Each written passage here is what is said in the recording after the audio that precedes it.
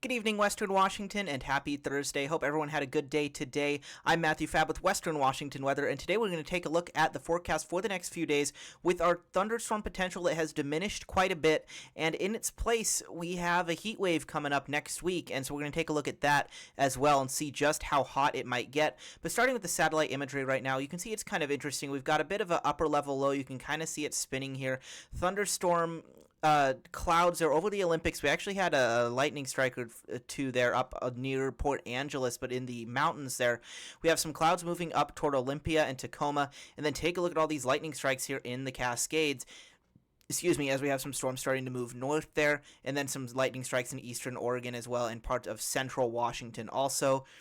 Taking a look at the radar, you can kind of see what's going on. Look at some of these thunderstorms developing here, mainly from Snoqualmie Pass over toward Ellensburg and then up north toward Wenatchee a bit. You can see those brief storms that have developed here in the Olympics, and then some small clouds there with some very light showers, may not even be reaching the ground, that are moving north up toward Olympia there. I don't know how long those will maintain any strength at all. But yeah, some thunderstorms in the Cascades and in the Olympics, and both of these have the potential to be very dry thunderstorms and could be starting more fires as we speak with some of these lightning strikes here.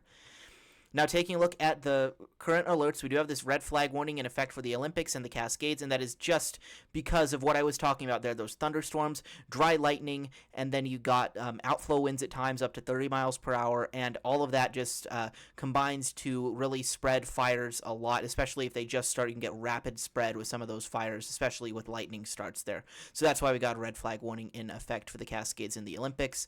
Taking a look at the dry thunderstorm risk, you can see basically Cascades from Mount Rainier northward to the Canadian border, and that is in effect for today from the Storm Prediction Center for the Washington Cascades. So there is definitely a risk of new fire starts because of the dry thunderstorms. Taking a look at our overall pattern here in the European model, you can see we have this weak upper level low over us right now. That's kind of that spin we were looking at earlier. But then as we go into this weekend, you see this upper level low offshore here. But notice how it gets offshore and just kind of sits there, weakens, never moves onshore, and then just pushes away as we get this big ridge building here out of the southwest United States, and that is going to bring another heat wave as we go into next week. And you see that upper level low pulls away. The ridge is dominating western Washington all the way through the end of next week, and then we start to deal with potential for a trough coming here out over Alberta and Montana and into the plains, which could have a lot of other impacts in terms of potential fire weather conditions across the Pacific Northwest. So we have to watch things very closely here over the next week or so just to see what we're going to be dealing with here in terms of temperatures, wind, fires, all that kind of stuff. So taking a look at the national blend of models, high temperatures for tomorrow, Friday the 29th, and you can see we are going to warm up a bit here. From Seattle northward, highs in the upper 70s to mid 80s, low to mid 80s from Seattle southward there, and upper 80s around Portland. Highs on the coast in the mid 60s to low 70s there. Going into Saturday, we cool down a little bit. Highs across the region in the upper 70s to low 80s, except on the coast there in the upper 60s to low 70s. And then going into Sunday, very similar there. So pretty nice temperatures for Labor Day weekend there. You can see upper 70s, low 80s for most of western Washington, except the coast being cooler there in the upper 60s to low 70s. And then going into Monday, again, very similar there on Labor Day. Highs likely in the mid 70s to low 80s, getting a little bit warmer as you go south there, and the coast remaining in the mid 60s to low 70s. But then this ridge starts to build here as we go into Tuesday and look at some of these highs starting to increase. From really Tacoma northward, you have highs in the low to mid 80s there, especially away from the water, and then near the water, highs in the upper 70s to low 80s. And then south here from Tacoma and Olympia down toward Portland, those highs are likely going to be in the mid to upper 80s. Take a look at the coast, warming up a little bit as well, upper 60s to low 70s. But take a look as we go into Wednesday there. Those warm temperatures increase here. From Seattle northward, we have highs in the low to mid 80s, a little bit cooler near the water. Away from the water there, especially in the mountain valleys and the foothills, likely in the upper 80s there from Seattle northward. And then Seattle southward on Wednesday, highs in the mid to upper 80s, maybe some low 90s possible as well. And then from Olympia southward to Portland, highs in the upper 80s to mid 90s there on Wednesday. Going into Thursday, look at how much more we increase there. Seattle northward, highs in the low to mid 80s, upper 80s to low 90s east of I-5. Seattle southward, highs in the upper 80s to mid 90s there, especially look at Tacoma southward toward Olympia, and then Centralia, Chehalis, and then down toward Portland, upper 90s again there for Vancouver and Portland, and 97 showing up there at PDX. And then look at the coast on Thursday. A little bit of offshore flow going on there, increasing the temperatures. Highs likely in the low to mid 70s, maybe even some upper 70s out there. And then going into Friday, we remain quite hot. Highs likely in the low to mid 80s, Seattle northward, upper 80s to low 90s from Seattle southward there.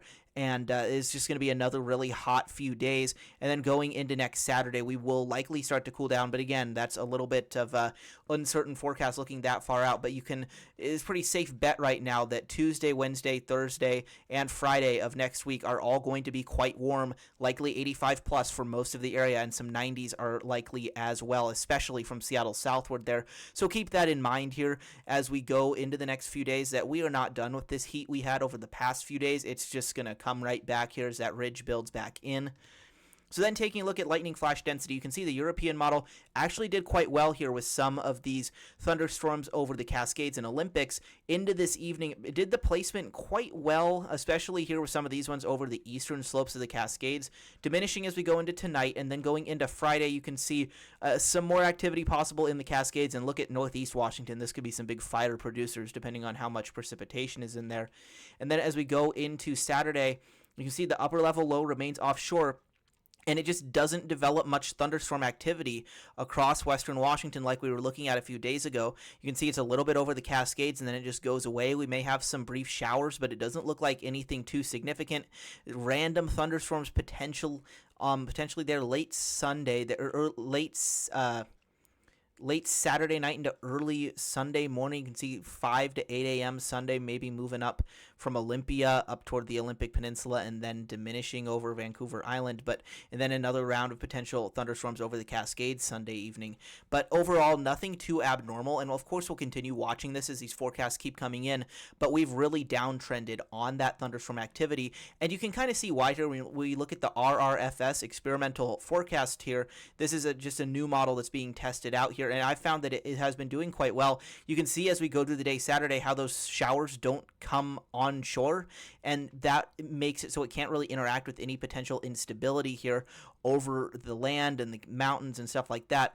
And that just really makes it so there's not any thunderstorms. And you can see that there on this forecast. It doesn't really show any rain at all over western Washington all the way into Sunday morning. So we've really downtrended on the thunderstorms, but uptrended on the heat.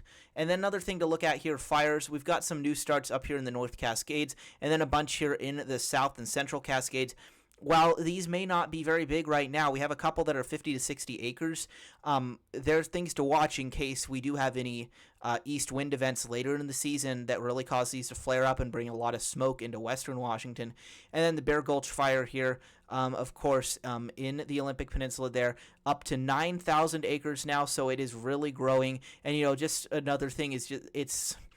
As this fire continues to grow, it may not be impacting a lot of communities per se, but it is definitely impacting some of the mountains and is bringing a lot of smoke at times across parts of western Washington. So it's just important that, we keep as many firefighters as we can on this fire, regardless of where they're from or anything like that. Just important to have a lot of people on this fire to help suppress it as much as they can, even in some of this really tense and just crazy terrain in here. Just having as many people as possible on this fire really helps to keep it as contained as we can get. And you can see we're stuck at 13% containment there, so it'll be great to see that go up a little bit more with some more personnel there and keeping the personnel we've got there. So taking a look at the smoke and just kind of seeing what's going on, the Emigrant fire here down southeast of Eugene is what's been causing a lot of smoke across the region. And you can see we definitely had that smoke aloft today, and that continues as we go into Friday morning. There you can see the fire in Oregon producing some more smoke, but that smoke concentration gets pretty light as we go into Friday afternoon. We may even get some clear skies, but then as we go into Saturday morning, you can see a lot more smoke aloft starts to move northward with that fire in Oregon, pushing it straight up over western Washington. However, this is all going to be smoke aloft. And when you look at surface smoke right now, we do have a little bit. It's been pretty hazy out there today. Air quality moderate category for most of the region. However, that will start to move out of the area too as we go through Friday. And then you see by the time we get to Friday night, very little, if any, surface smoke across the region. And even with that smoke moving north from the fires in Oregon, we don't get any surface smoke in western Washington going into Saturday, which is a good thing. And then taking a look at air quality real quick as we let this load here. This is a purple air quality map, really great resource. You can see bad air quality around that fire in Oregon as some of that dense surface smoke moves north. But across western Washington, you're looking at air quality in the moderate category. Really nice air on the coast, of course, with some onshore winds. But overall, moderate category, pretty stagnant here across, especially the Seattle, Tacoma, and Olympia metro areas there, and up toward Bellingham and the Vancouver, BC's lower mainland areas. It's a little bit better air along the Strait and then the San Juans and parts of Whidbey Island where you get a little bit of that onshore flow, but pretty stagnant down here around Seattle and a lot of the population. And then just wanted to point this out. This is the European model ensemble forecast, and take a look at these couple days it's showing here. This is, I believe, next Wednesday, Thursday, and Friday of next week, and just some extreme temperatures showing up in some of these ensemble runs. Like, you're looking upper 90s in some of these, and the ensemble mean is near 90 degrees already, and we're a week out. So it's going to be really interesting to watch and see what kind of a heat wave we get here going into these this end of the first week of September. So we got to watch that very closely. So stay tuned to the next few videos for a lot more information on that. And then the 6 to 10 day temperature outlook, September 3rd to 7th, really kind of shows what we're looking at here. Very high potential there for above average temperatures across all of the Pacific Northwest, including Washington there. And then precipitation, western Washington highlighted for below average precipitation going into that first week of September. So definitely another hot and dry period coming up here. And that is a great reminder to be sure to subscribe to the channel here to get all the latest updates, to be able to interact, comment, like, share, subscribe, all that great stuff. It would be great to see some people continuing to subscribe here. We've got a lot of growth recently, and I would love to hit 1,400 subscribers. We're very, very close. And then be sure to follow me on Blue Sky, on Twitter, and the Western Washington Weather Facebook group for all the latest updates on the heat, many potential thunderstorms, and fires and stuff like that. So thank you all very much for watching, and I will talk to you all tomorrow.